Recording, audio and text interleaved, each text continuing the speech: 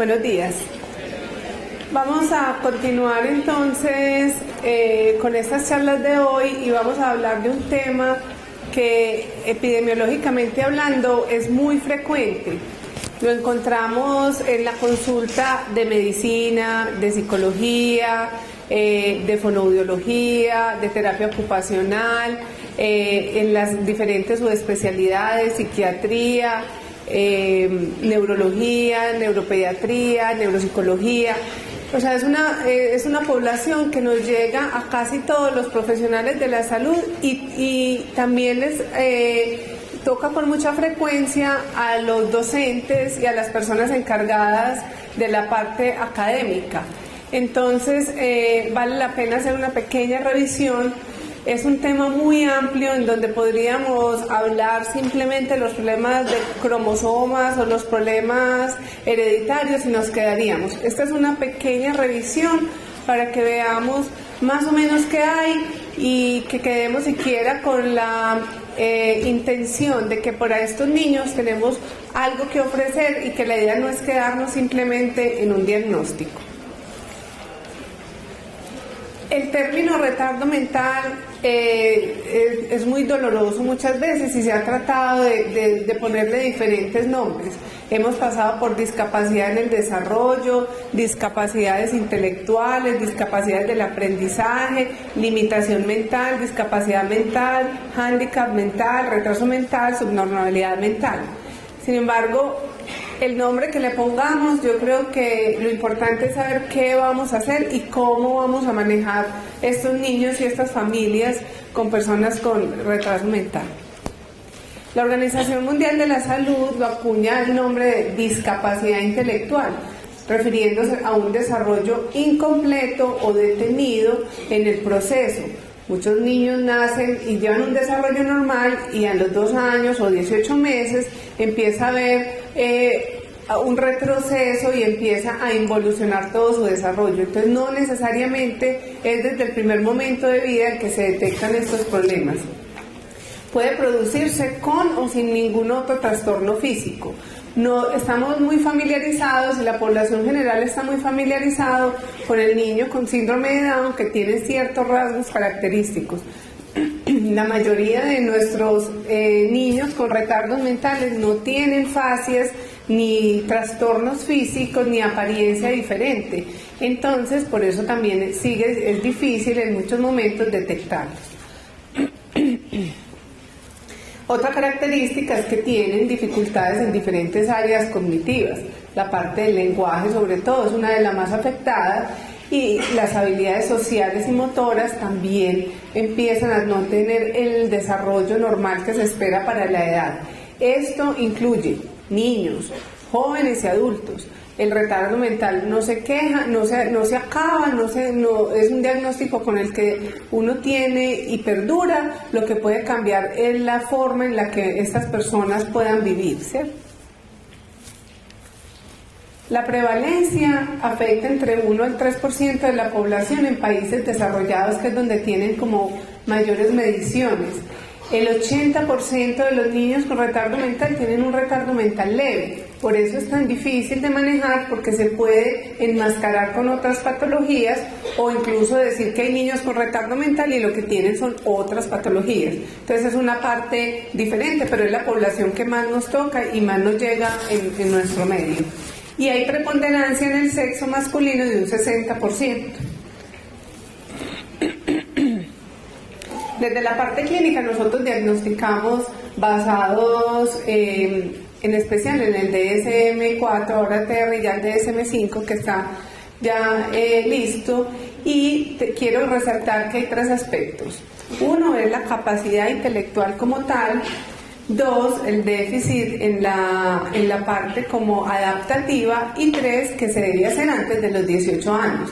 Si esto aparece, o sea, muchos niños o muchas personas les llegan a uno a los 30 años a hacerle una evaluación neuropsicológica para diagnosticarle retardo mental. Entonces uno a los 30 años le puede diagnosticar retardo mental, pero es porque la historia empezó desde que tenía 1 año, 2 años, no pudo estudiar, repitió 4 veces primero, no pasó de segundo, nunca ha podido hacer un mandado, no se sabe vestir, no sé qué. Entonces a los 30 dijimos que tiene retardo mental para que le toque la pensión del papá o algo así, que es a lo que llegan.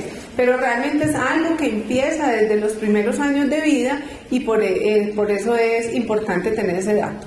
2 aspectos son básicos para diagnosticar un retardo mental. 1, que tenga una capacidad intelectual de 70 o menos, medida por escalas ya establecidas. Las escalas Wechsler son como las más conocidas en nuestro medio, que hay para etapas preescolares, niños y adultos.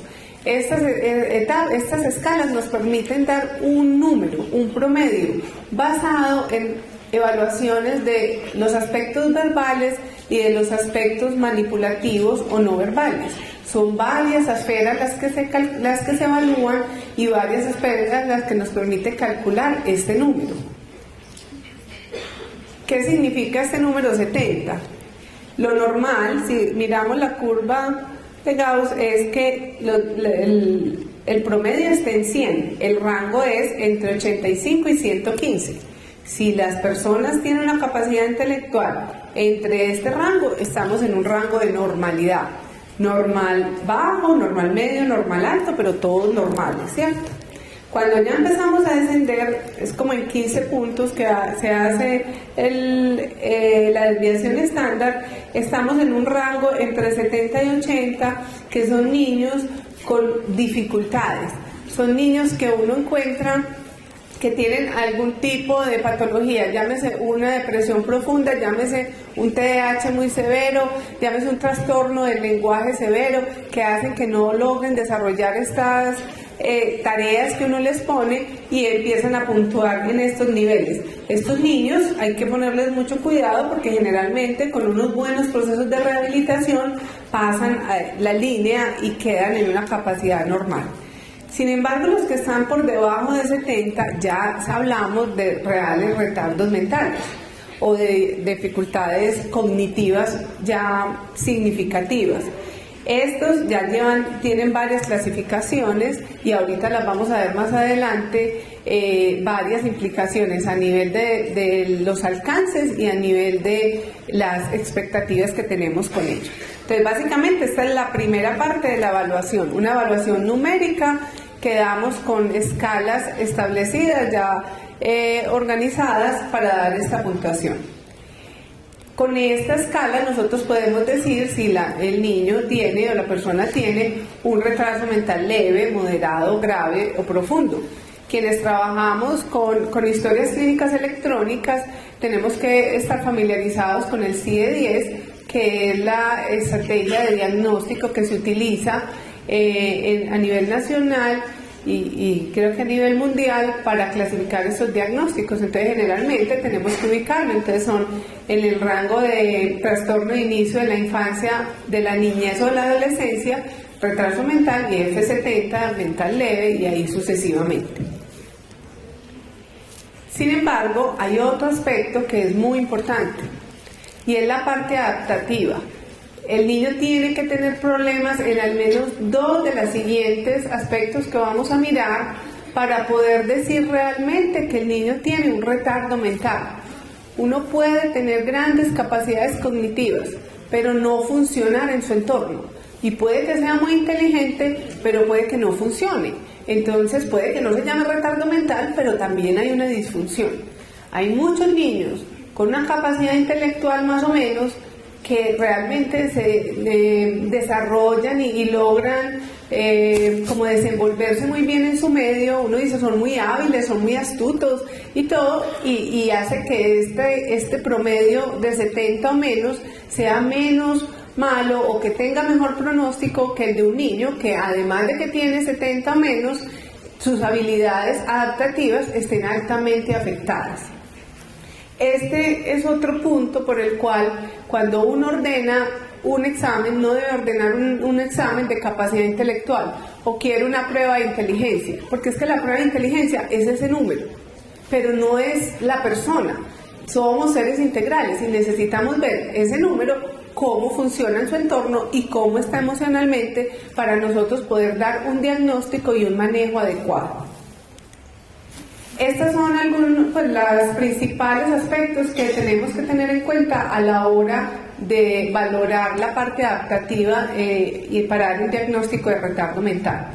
El niño tiene que tener unas capacidades de aprendizaje, ¿cierto?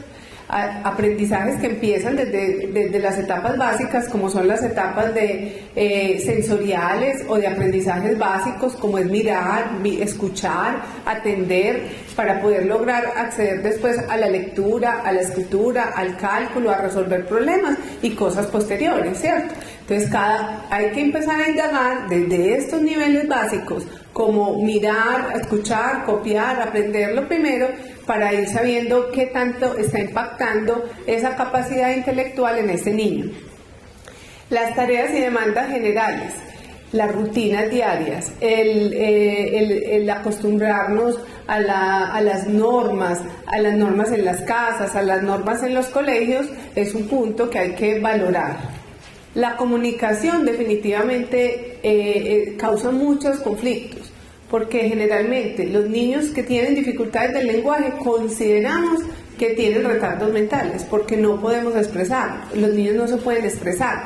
Para los que somos fonoaudiólogos es muy frecuente que el niño con dificultades expresivas sea relegado, sea dejado a un lado, incluso por sus mismos compañeros, porque socialmente no funcionan, y por eso es tan importante tratar de trabajar muy rápido con los que tengan dificultades del lenguaje y utilizar otras escalas para valoración de la capacidad intelectual. Hay escalas como la Leiter y otras escalas no verbales que hacen que estos trastornos del lenguaje no enmascaren otros problemas, o al contrario, que los otros problemas hagan que el problema del lenguaje se vea muy grande. Entonces esta parte de la comunicación hay que evaluarla de manera detallada antes de hablar rápidamente de un retardo mental o una discapacidad intelectual.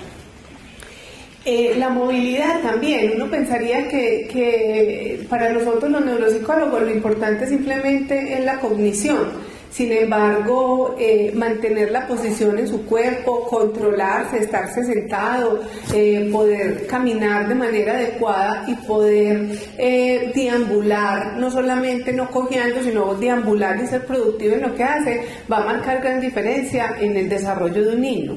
No es lo mismo un niño que a los 7 años no le dé miedo rodarse por el deslizadero, o sea, tenga la torpeza para subir las escalas, que el que no la tenga, ¿cierto? Los niños son muy crueles y los otros mismos niños los empiezan a relegar, a no meterlos en el equipo de fútbol, a no invitarlos a jugar, y empieza a ver que era un problema de movilidad que venía asociado con un problema cognitivo que se va volviendo un problema además emocional y de autoestima.